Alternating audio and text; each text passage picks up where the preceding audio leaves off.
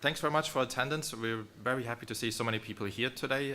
With me here, I have Marvin Beckers, who is from Kubermatic and one of the maintainers from KCP. That's going to be important later on. My name is also Mirza Kopic. I am from SAP, and we're here today to talk to you about the platform mesh and this big, beautiful thing called NeoNephos. So what is NeoNephos really about? So it emerged as an outcome of the IPSAS. It's really there to foster European digital sovereignty. It's meant to be a neutral home for open source cloud edge continuum projects. As you can see, there are different parts in the continuum where those projects then can fit into. So all of our projects are open source, and we invite everyone to participate and collaborate and contribute there as well. But the key takeaway is that it is not a single monolithic product. These are modular components that you can mix and match for the cloud edge continuum. And here is a list of some of those projects. Today, of course, we'll be focusing on the platform mesh, but there are a number of other projects that you might know. You might be familiar with bigger projects like Gartner. You might have also heard about Garden Linux. But there's all other projects in here as well, like OpenMFP. There's another talk on Wednesday. I'll mention that at the end of it, which will go into a bit more details about how some of those are used. Additionally, we also have other contributions, not just origin that came from SAP, but we also have some contributions like the Catalyst project that was contributed by Telecom, and that offers a way to provide CRDs for telco APIs primarily. So I mentioned this multi-provider cloud edge continuum, this cloud edge continuum. So when you really look at it, you see that at the very coarse level, you have these many services in this continuum. But at the level that we look at it from a very high point of view, there's really two primary ecosystems that are available there. There's the software providers that want to be flexible and contain mobility, but at the same time, you have these infrastructure providers that ideally always aim for lock-in and controls. And the problem is that these two ecosystems, they need to play together, but have different commercial objectives.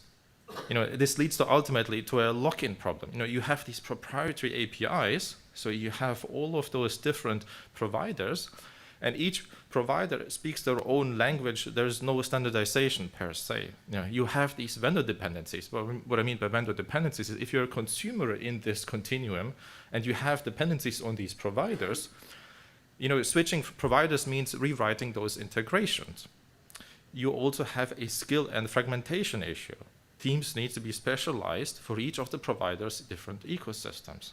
This also is a bit of an innovation barrier because small European providers can't compete with these established ecosystems necessarily.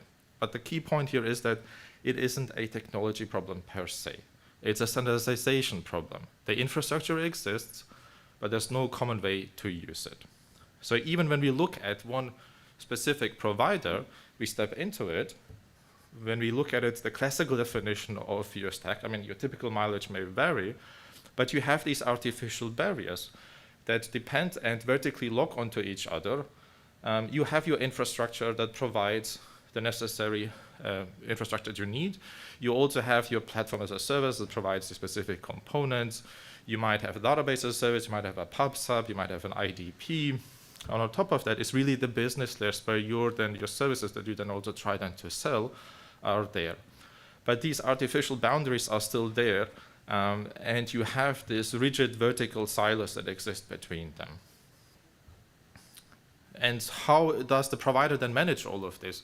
Well, the provider tries to patch and glue these and bridge these somehow. There are specific APIs for each one of them. There might be REST APIs.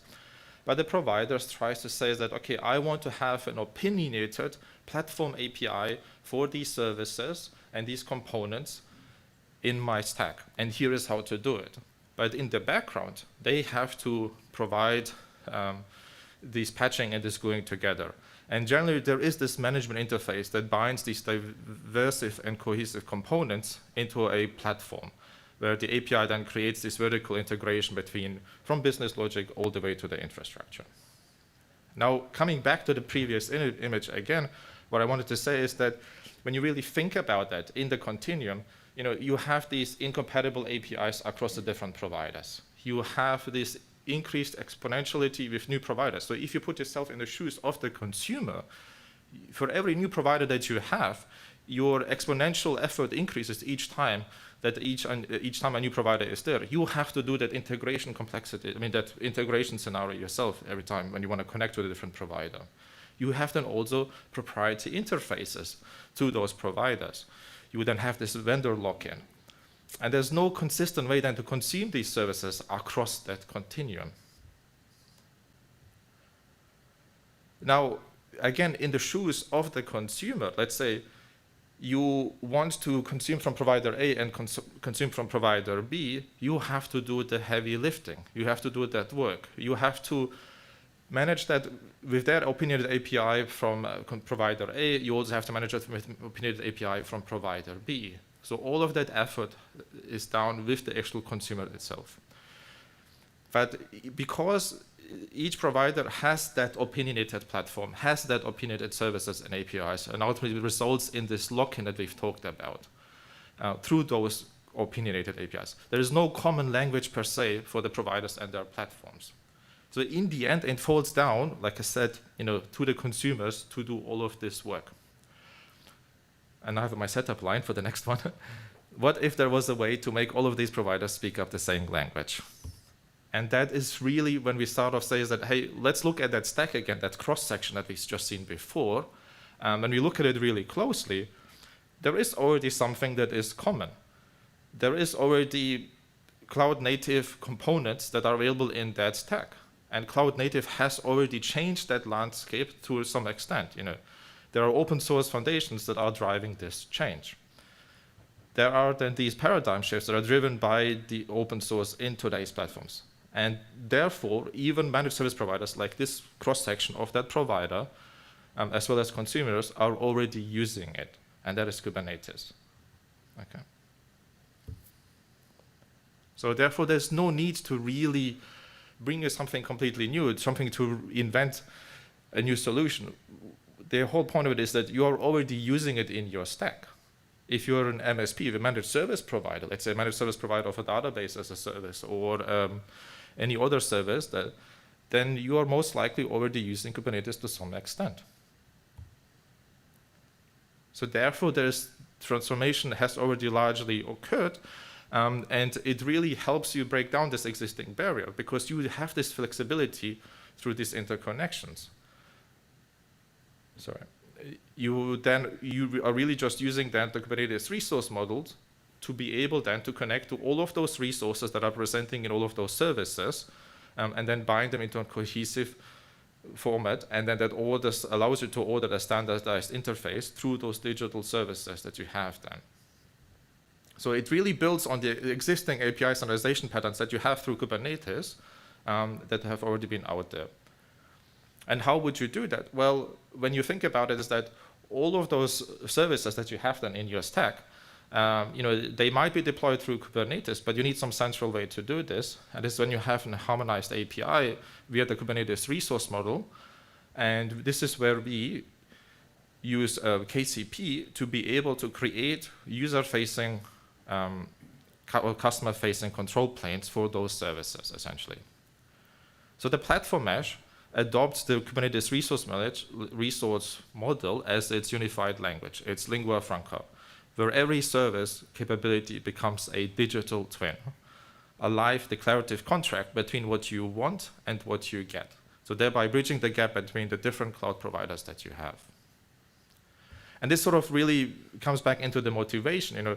It has to be API-centric, not API-driven architecture. The mesh is designed to be where the API server manages the states. The business logic runs outside the API server, but loosely coupled in controllers. So if you're familiar with Kubernetes, the controllers, make those controllers work for you, not against you. So you have declarative management and digital twins. When we talked about managed service providers, I mentioned a database as a service. There's a digital twin of a representation in the control plane that allows you to manage the life cycle of that service by ordering and fulfilling that order. That fulfillment is being done on the other side of the actual MSP itself.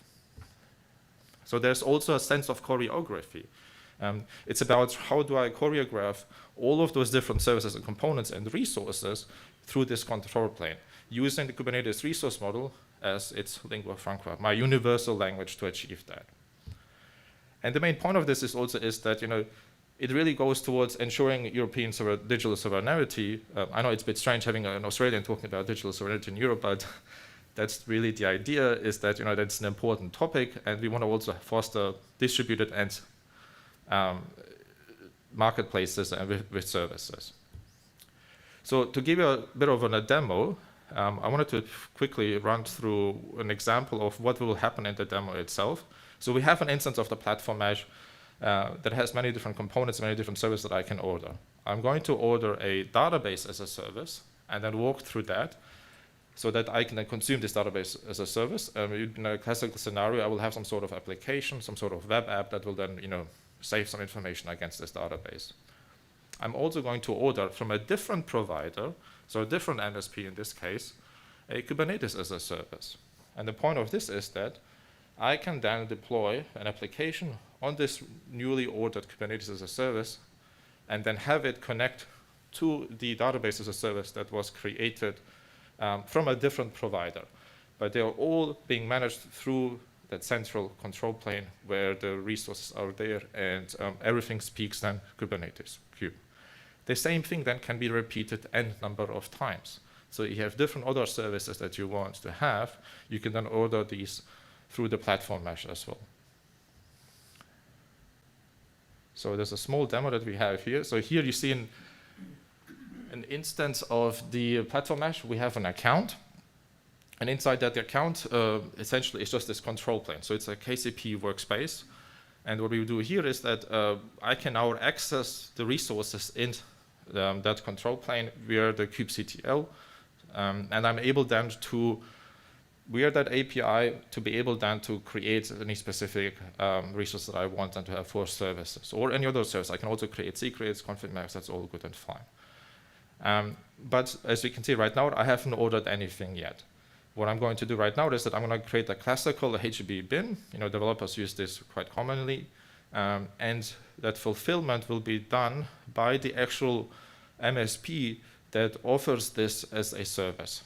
And it's happening somewhere else. It's externally, it might be on the edge. It might be a large, huge cluster somewhere else with hundreds of nodes. I mean, not for HB bin, but that would be then the scenario, but in our case, we don't really care. We just care about me making this order and that fulfillment is then being fulfilled by the actual MSP.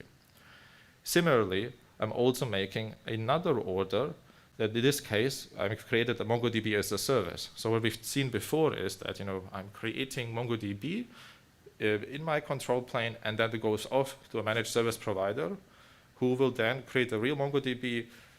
Once it's created, the status is updated, the events are there in my control plane, and an additional secret with the connection string on how I can connect to this as well. And the third part also is that I'm talking now to another third provider now that allows me then to create Kubernetes as an instance. So some of those of you who are familiar with SAP BDP, there is managed Kubernetes as an instance. It's called a schema instance, and that's exactly what we're doing here. Once the schema instance is then created, again, through the actual mesh itself, we are then able then to also communicate with that schema instance, with that Kubernetes instance. Why? Because it speaks cubes. If it walks like a duck, if it sinks, if it swims like a duck, it's a duck. So in this case, if it speaks cube, we can use it. And what we're going to do next is that there is also an application now that we want then to deploy onto this instance itself. And this will be our end user application that ultimately will be deployed against this schema instance, this Kubernetes as a service instance, and we will then map these secrets that we've had from the MongoDB instance into this schema instance as well. So we're just using tools that are available already out there. There's nothing different in here. So we're just mapping from one Kubernetes API to another Kubernetes API. And what we then do is we have this application then up and running, hopefully in a bit. We have to deploy it first and get the URL. It's going to take some time. As you can see here, those are all of the different deployments, the services, the API rules that are then applied, and then we are able then to access this application ourselves as well. What also happens in the background, that secret I've mentioned, it was also copied over to this schema instance and told this application, this is the secret you need to look for. Here is how to connect to the database, your backend that you're going to use as part of this deployment. And of course, what we have here is just a small web app that essentially is a cheap copy of Mega Upload, where you create a small project, you update some files, and then share them with your colleagues or friends. And all of these are then saved in that MongoDB that was provisioned through the platform mesh that comes from a different service provider, from a totally different architecture. It might be even MongoDB running on edge somewhere else in a different country. You don't care. It's just available there because it speaks cubes, we can call it. Okay, so just to demonstrate here that that actual instance of the web app works, we are able then also to download these resources because we have that backend available to us. But I also want to fast forward is that those are the different resources that we are managing in the actual control plane itself. And you can see there is no Ansible, there is no Terraform there. It's all KRM manifest files, so that we then control via kubectl. Okay, so now coming back to this problem that we have this vendor lock-ins. We also have this issue of many different providers. You are ultimately then, as a consumer, faced with these fragmentations. You have these lock-ins, which ultimately leads to snowflakes. Your teams must master, I keep saying this, I know, but it's very important. Your teams must master, in the current situation, these multiple opinionated platform APIs. So each integration becomes a snowflake solution. So lock into these specific vendors and ecosystems, and that needs to be broken. That needs to be disrupted. So Marvin, off to you, mate. All right, so let's take a look at what that means, like, and what kind of scenarios we've been playing around with. So now if we go from the situation of a fragmented ecosystem with high integration costs, especially in Europe where we have like many different smaller like participants in the market, at some point like you just max out the ability to adopt like another MSP, like a managed service provider. And now let's look at the situation that's different when everyone speaks the same language, when everyone speaks the Kubernetes resource model. And that is, hey, we have a standard, so that means my teams that are integrating with these providers, they are suddenly able to use the same tooling, the same language that they've used with a previous provider, and that like has a big impact on how easy it is for you to integrate just another provider basically from the market. So basically, if people speak the Kubernetes resource model, suddenly, well, you know, all of these orders that you send to a service provider, they look somewhat the same. And that means that you can start thinking about a standardization body. You can think, like the market can think about, okay, what is a Kubernetes cluster? Like, what does that mean? Which kind of parameters should I be sending to them? And, you know, what does a database look like? Like, what's the kind of key factors for ordering a database from provider A and B? But you can't really have that conversation without a common language. And we think that the Kubernetes resource model is exactly that common language that allows that, and that allows to have effective standardization bodies. So let's take a quick dive into what the Kubernetes resource model is and how it's different from, like, let's say, like generic REST APIs. So this is kind of like the traditional REST API architecture in more or less the server that answers your request is a multiplexer that multiplexes your request to a specific operation that's either like in a different microservice or embedded in the code of the REST server. And these operations usually interact with a data store and they do something in the real world. That's more or less like REST. So what's different with the Kubernetes resource model? The Kubernetes resource model is a bit different here. It's also REST, so it builds on top of REST. But what it gives you is a generic API server that interacts or that sends your declarative request to an object space that's like a database. Often that's etcd, but it can also be, you know, something else. And you have an identity-based uniform data store for typed but unstructured data. So you can define schemas of declarative objects that you want to write to the object space. And the API server in the Kubernetes resource model is only doing that. It writes your request to the data store, to the object space. And that's all that the Kubernetes API server, or like any other API server that speaks the Kubernetes resource model, really does. So the interesting bit here is then, of course, okay, first of all, what does an object look like that you send to the Kubernetes resource model, or like a server that speaks the Kubernetes resource model? It's often like these YAML formatted documents. If you've worked with Kubernetes, you've surely seen them before. You know, an API type, a kind, so the kind of schema that you expect your document to have, the metadata of it, some names, some labels, some annotations, a specification. So that is your desired state. So you're telling someone, hey, this is how I want the world to look like. This is what I want my database to look like. And then the status. The status gives you information, okay, has the real world caught up to your request? Or has it not? Is there something, maybe a problem with your database that you've ordered? There's kind of like a feedback describing the real world. So, but the API server itself, it only stores these objects. It doesn't really change them. So instead, in the Kubernetes resource model, you have controllers. And controllers, and that is kind of the difference to the Kubernetes resource model, they are using the same mechanism that users are using. So they interact with the API server through the front door. There's not multiplexing happening in the API server. Instead, they like also open requests, they're watching for changes, and they then reconcile the object. So they take the desired state, and they basically look at the real world. So that can be an underlying cluster, that can be like some other form of infrastructure, and make changes incrementally to get to the desired state. So to what you want the real world to look like. But they're sitting outside. And that means that they're very scalable, because you can just add a new schema to your object store, to your object space, like a new way of like, okay, now I'm not only selling Kubernetes data or Kubernetes clusters and databases. Now I'm maybe also selling an object store, like an S3 compatible endpoint. So what you do is you add something new to the object space, and you just start another controller. And that controller now does another, like a different reconciliation loop, and goes on to change something else in the real world. So that is how easy you can scale and extend the Kubernetes resource model with new things that you want to provide.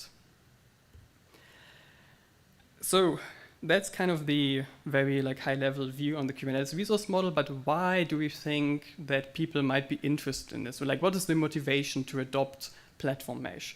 So one of the things that we see here is interior to organizations, and that's internal developer platforms. So that's already a theme, especially in the cloud-native landscape, where people build internal platforms where you try to provide all the internal IT services that your organization has, more or less. So in this case, like you have internal users, and they want to interact with your IT providers, with your teams inside of your organization. And there's, for example, an app as a service, like whatever. It could be the HTTP bin from the demo. It could be something else. And users, they use, or they have their own account, because the platform mesh, the platform API that we're proposing here based on KCP is multi-tenant aware, or capable. And basically what people then use is the tooling that they might have already used before, kubectl, and interact with their account and order an application. And that's kind of all that they see in their account.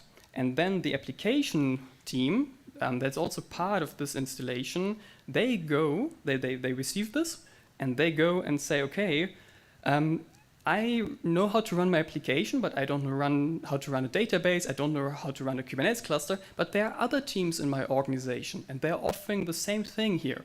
And basically, this allows me to say, allows the app team to say, okay, I'm going to order database, I'm going to order Kubernetes, and I'm going to order like an integration into the shared log service via the same API that my consumers just used.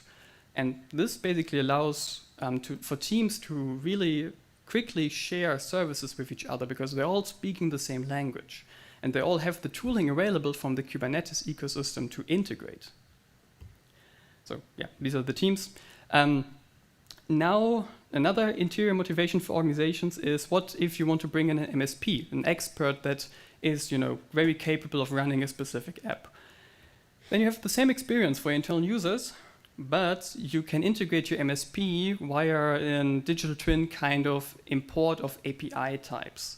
And basically this means that the MSP is now integrated into your platform, even though they might be running a Kubernetes or Kubernetes resource model like API from the outside. But this means that internal users, they can send off a special request, like whatever this MSP is offering. And that is then reconciled by the MSP. And the MSP might go and create resources on a cloud service provider, because that's the way that they run their services. But because they are now integrated into your platform API, that also means that they can get accounts in turn, and they can then say, okay, instead of running this on public cloud infrastructure, I'm going to run the special application on your Kubernetes, on your database that is internally provided by the internal teams. So basically, this means like buying MSP capabilities is much, much easier with this model. So, okay, this is the consumer side. Why do we think the provider side would also like to integrate with that? This is pretty easy.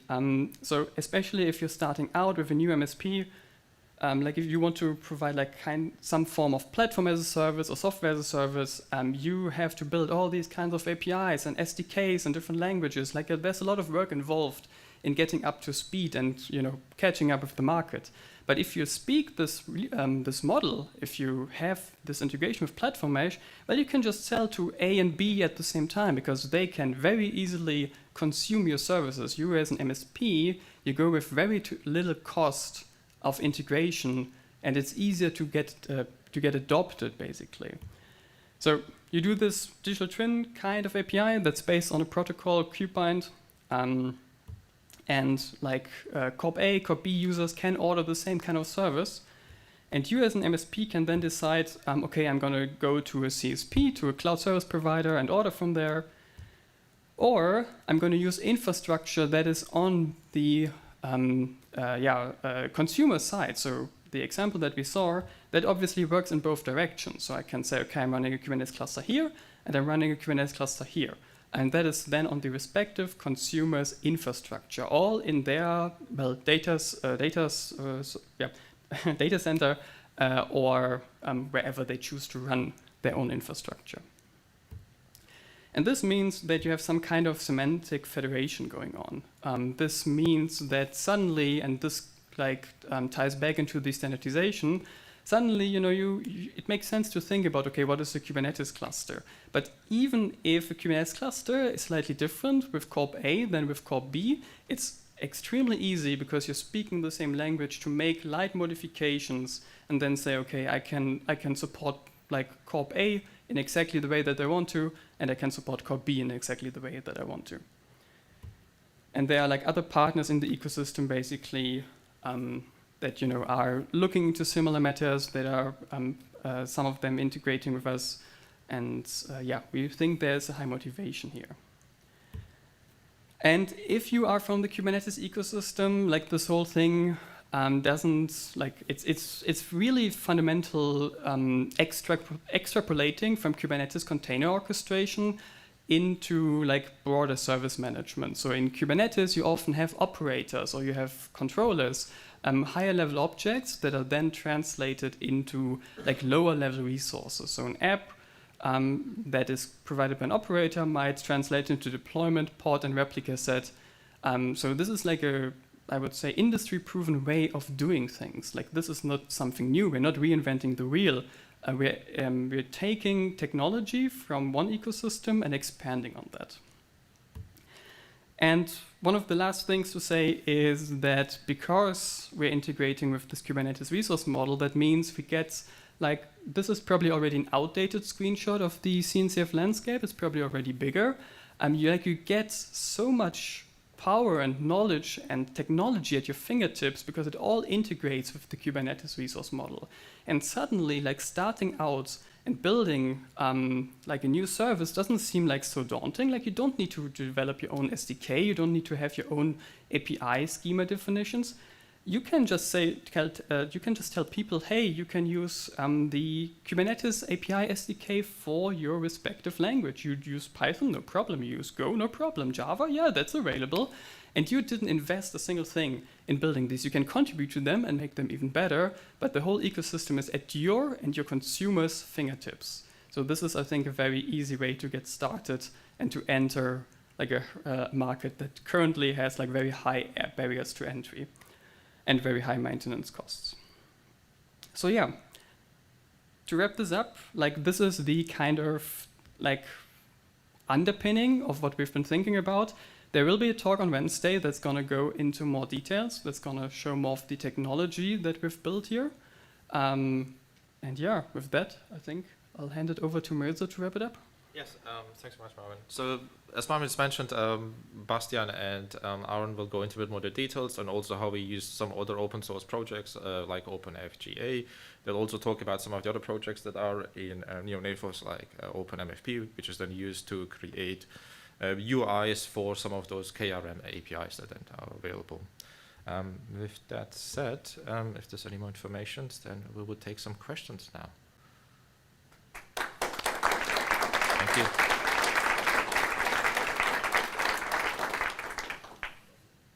Do we have any questions? Yes, please. I would like to understand more this direction of like identity access management, access control. Is there a dedicated, or like, would that be limited to the Kubernetes access control mechanism basically, or is like there something overarching? So to give a concrete example, you created this MongoDB. Yeah. Would there be something to also like create access for particular collections, which then again would also work together with my actual application that I was just like providing, right? So something which would be connecting to both worlds, apart from just provisioning the APIs. Yes, I mean, so... One second. Go ahead. We are supposed to repeat the question. So the question was about authorization, basically, about access control. Like, how would this work in this ecosystem? Yes. So that's actually the detail that you might want to attend the talk on Wednesday then as well, because in there it will go into how they want to use OpenFGA and says that, okay, you have control over specific resources that are then available in your control plane. And I think, yeah, that's one of those informations that might want to listen to. Yep. There was another question? Yeah. Go ahead, please. So I'm thinking about, let's say, from a managed service provider perspective. Yes. Wouldn't there be quite a lot of risk getting involved in multiple different places to run, and especially if like your customer, they provide you the infrastructure to run on, so who gets the blame when something goes up? I mean, you run something on-premise at the customer, then it's also buying your service. Yes. And if they screw up something, I mean, I can see Yes, conflicts there. Yeah, so I think, yes. So the question there was that, if I understand correctly, is that we've talked about one scenario where you can use the protocols like kube-bind, where you can essentially have an operator as a service on the customer side. You are allowed that says that I have a database as a service, you want to consume the database as a service in the customer's workload cluster. It's a normal Kubernetes cluster, not a control plane that we talk about in terms of KCP here. But what you then want then is then you wanted to consume it as it was part of that cluster. And then the question goes into what happens if something goes wrong? Who then takes then the blame? Is it the MSP or is it the customer themselves? So that's something that we have to sort of figure out, because that's a very important topic, of course. Yeah. Any other questions? One in the back as well. I'll come back to you. Yeah. So what is platform mesh actually? Is it something technical, or is it more like a standardization effort around this? Because I've seen some cross-plane in there, but I don't really understand what it actually does. Yeah, so there is also now a website that we've also added on our GitHub org. But the idea of the platform mesh is that we do use in the center. So the question was that what is platform mesh about? We do use platform mesh with technology. So we use KCP to provide the underlying control planes. So this is what we refer to as the KCP workspaces. This is where all of your KRM resources, they are living in there. But KCP per se does not provide any workload. It does not know the concept of pods or deployments. So what you do then is that you figure out is that, well, I have these external managed service providers. How do I bring in their services into my control plane? And I used my control plane then to choreograph those services and the workloads. So Platform Mesh works with KCP. We also use multi-cluster runtime that was contributed from KCP into SIG. We also use the kube-bind project that allows us to bring in operators as a service into the workload cluster. Let's say that you are in a Platform Mesh instance. How do I get this DB, MongoDB as a service, into a workload cluster as if it were and ordered in that cluster and then consume it in that context as well? So we create also with virtual workspaces that allows us to have specific views. So when you then also then attend the talk on Wednesday, they'll go also into about how virtual views are then used to create specific overview of some of those resources across different number of workspaces to also have a view of the marketplaces as well. And then we also look into API sync agent. The API sync agent, that is something that allows us that if you're an MSP that says that how do I make this resource that is my service that connects into a KCP workspace and makes that available in there, so that when an order comes in from that workspace, I'm able to fulfill that order on my side. My controller operates in my cluster, makes all of the updates, updates the status, the events, any associated resource, and then it sends back now to the KCP instance in my workspace, where I can say that, okay, now I can then even work further with it with concepts in KCP to say that I can have other workspaces that also have access to these resources if I wanted to. And that's where we sort of get into more detail. So we do use a lot of KCP. We use multi-cluster controller runtime, normal controller runtimes. We also use API sync agent. We also use and work on kube-bind as well. So anything really that fits into that. And you also then think about is that, okay, well, how do you get IDP into it? Well, how does it work for Kubernetes normal instances? It applies here as well. Okay. Yes. So I think sorry, the gentleman at the front here, the question first. I may have missed that in the presentation, maybe. But yes, please. Do you have already, or do you plan to have an integration with the version control systems or CI/CD system the same way using the crossplane? You have all this in the hardware. Do you want to answer? Or? So the question was about integration with CI/CD systems. That's the neat thing, because it's Kubernetes resource model. You can probably just use what you've been using for CI/CD before. Like, there's no reason to reinvent the wheel. So you can use essentially GitHub. So you can use Flux. You can use whatever you want. You can use Argo CD. You can automate those. I mean, integration with those systems the same way you do with the crossplane. So you can have that orchestration the same way you have the MongoDB. Exactly. You can do that, yes. We've also have other demos where we've done with used Crow as a composition engine instead of Crossplane. So anything that really speaks Kube, you can use those tools with Platform Mesh as well. Yeah. Sorry, the gentleman there. Yeah, Yes. maybe you answered this, but maybe No problem. it's stupid in your last answer. So the whole crossplane using universe or like Terraform, you can already do that, right? There are providers and you order something there and there and there through Yes. the whole API. So that's like settled. Yeah.